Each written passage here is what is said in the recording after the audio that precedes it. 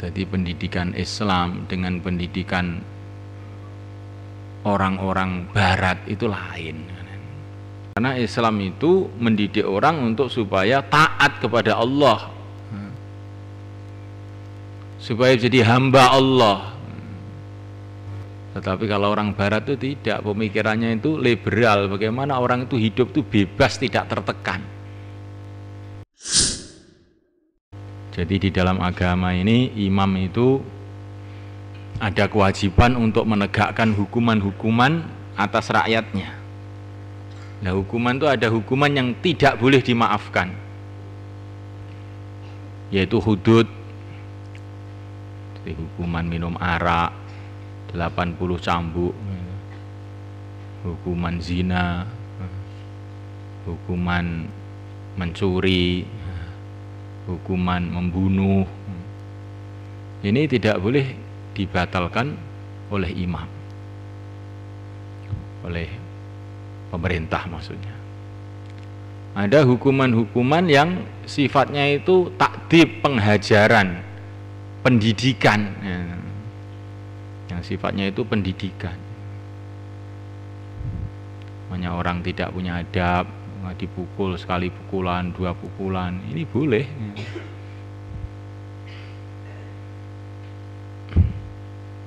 Orang tua memukul anaknya, ya. Orang tua memukul anaknya itu boleh, bahkan diperintahkan.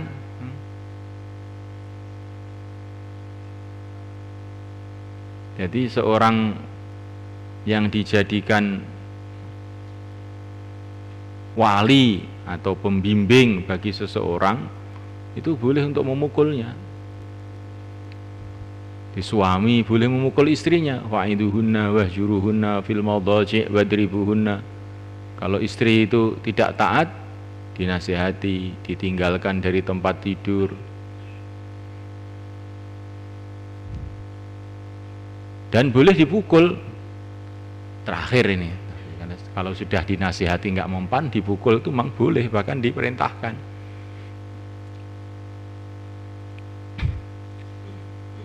Kalau anak sudah umur 10 tahun tidak mau sholat, disuruh pukul. Jadi pendidikan dengan cara memukul itu ada di dalam agama ini. Allah yang membolehkan. Kalau memang dikira nasihat-nasihat itu sudah tidak mempan. Jadi memangnya kamu itu dipukul oleh ustadznya, ya jangan marah, itu memang haknya memukul kamu. Kalau kamu yang salah.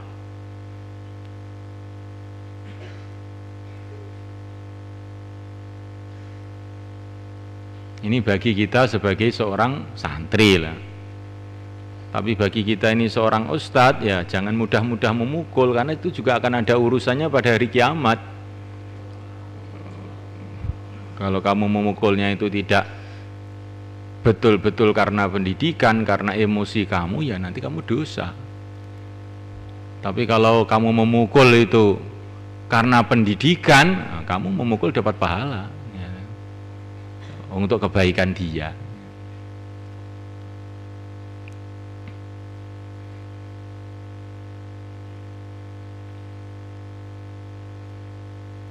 Dan Allah SWT lebih tahu yang maslahat bagi hambanya. Ini kalau di negeri-negeri barat, ya, kalau orang tua memukul anaknya bisa dilaporkan polisi, gitu. Bahkan orang tuanya yang akan dimasukkan polisi nanti, ya, karena perlindungan hak anak katanya. Maka akibatnya bagaimana? Ya akibatnya anak itu nggak ada yang benar, ya. Maka tarbiyah yang ditunjukkan di dalam agama ini tarbiyah yang terbaik sebetulnya. Kita di dalam tarbiyah ini tidak disuruh asasnya itu pemukulan, tidak, tapi pada waktu-waktu tertentu boleh dipukul, itu boleh. Dalam keadaan-keadaan tertentu yang memang cara-cara yang lain dengan kelembutan sudah tidak mempan. Karena ada orang itu dilembuti itu nggak mempan, nggak ada.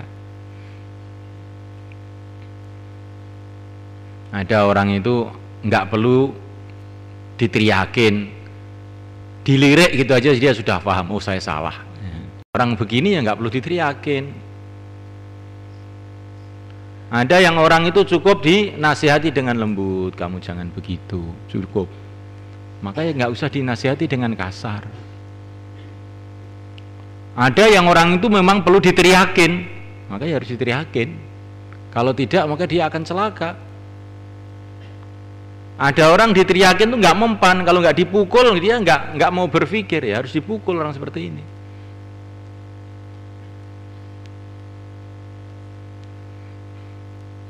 Karena manusia itu memang berbeda-beda.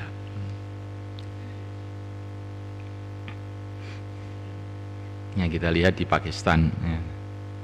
Di Pakistan, di India itu memang orang tua, guru itu senengnya mukul orang itu. Ya. Tapi kita lihat ini apa itu anak-anak kecil di Pakistan, dia ini jauh lebih tertib dari tempat kita. Kalau kita masuk di masjid-masjid di Pakistan tuh nggak ada namanya anak kecil guyonan di masjid, tuh nggak ada. Ya. Anak-anak kecil masuk masjid langsung sholat tahiyatul masjid, itu sudah umum. Nggak ada guyonan di masjid, nggak ada. Kok di guyonan di masjid ya alamat punggungnya mau dipukul orang. Ya. Sehingga apa itu ketertiban anak-anak itu relatif lebih baik daripada di negeri kita ini. Apalagi nanti kalau sudah pemikiran-pemikiran barat itu timbul, wow, Masya Allah itu, ya kan? Pendidikan barat memang tidak ada apa itu pemukulan. Orang itu dibebaskan, dikasih kebebasan, akhirnya bebas membunuh orang, ya kan?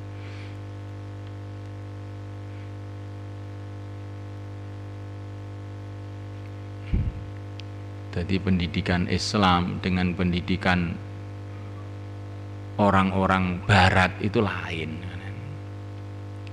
Karena Islam itu mendidik orang untuk supaya taat kepada Allah, supaya jadi hamba Allah. Tetapi kalau orang barat itu tidak, pemikirannya itu liberal, bagaimana orang itu hidup itu bebas, tidak tertekan. Kalau orang itu bebas tidak tertekan baru mentalnya sehat, itu teori mereka. Tapi kalau orang Islam tidak seperti itu cara berpikirnya. Kalau orang itu merasa jadi hamba Allah, ada sifat ketundukan, ada sifat ketaatan, lah inilah baru sehat. Nah, memang dia itu hamba Allah. Hamba Allah kok merasa merdeka, yaitu orang nggak benar. Namanya hamba itu merasa terikat, yaitu baru benar. Jadi berbeda memang pendidikan orang beriman dengan pendidikan orang barat itu lain. Tapi ini bukan maksud saya itu pemukulan itu merupakan asas, tidak, tapi ini adalah merupakan cara terakhir ya. Kalau memang sudah tidak mempan dengan cara-cara yang lain.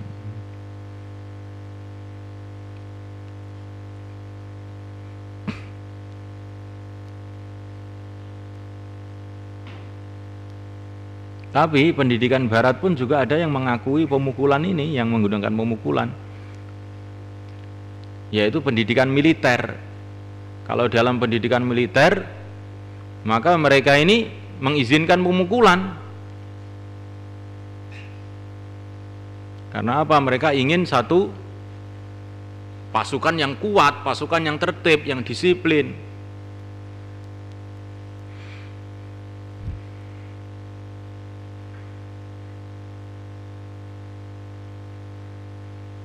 Nah, kalau pendidikan militer itu tidak diizinkan pemukulan, salah, dinasihati dulu, ya nggak bisa perang, nggak bisa perang.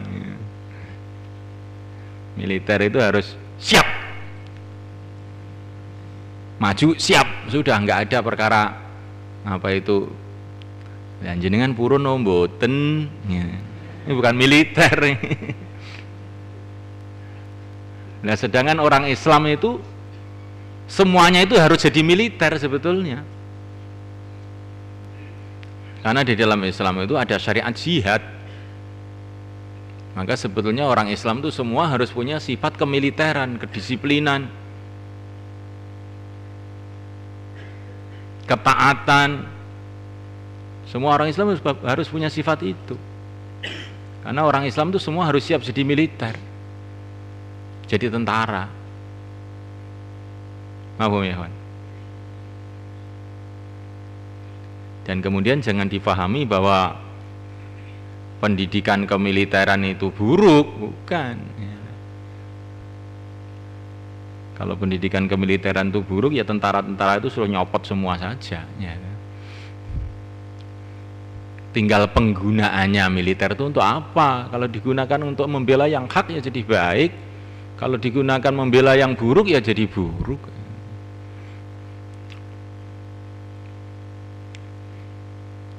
Maka orang yang semestinya dihukum tadi karena dia telah sholat bersama Rasulullah SAW, maka Nabi mengatakan kamu sudah diampuni. Masya Allah. Tapi ini zaman kamu jangan kamu bikin main-main, ya. Yang penting pokoknya saya buat dosa apapun nanti sholat sudah bersih, ya. Iya kalau sholat kamu diterima, ya. Itu kalau sholatnya diterima. Lah kita ini tidak akan tahu sholat kita diterima atau tidak sebelum hari kiamat. Jadi jangan kemudian kita ini meremehkan dosa. Pokoknya sholat wis sudah bersih kita. Nah, itu kalau sholatnya diterima. Kita berharap sholat kita diterima. Harus kita berharap seperti itu. Tetapi kita juga senantiasa harus khawatir diterima atau tidak. Maka orang iman itu senantiasa istighfar, senantiasa takut dengan dosa-dosanya itu sampai dia menginjak di bumi surga, lah barulah tenang dia. Orang iman seperti itu. Maka Nabi mengatakan orang iman itu menganggap dosanya seperti gunung yang akan menimpa dia. Maka dia senantiasa khawatir akibat-akibat dosanya itu. Jadi kalau orang munafik menganggap dosanya itu seperti lalat, sudah habis. Tak tiup aja habis. Itu orang munafik. Jadi kalau orang iman senantiasa khawatir terhadap dosanya.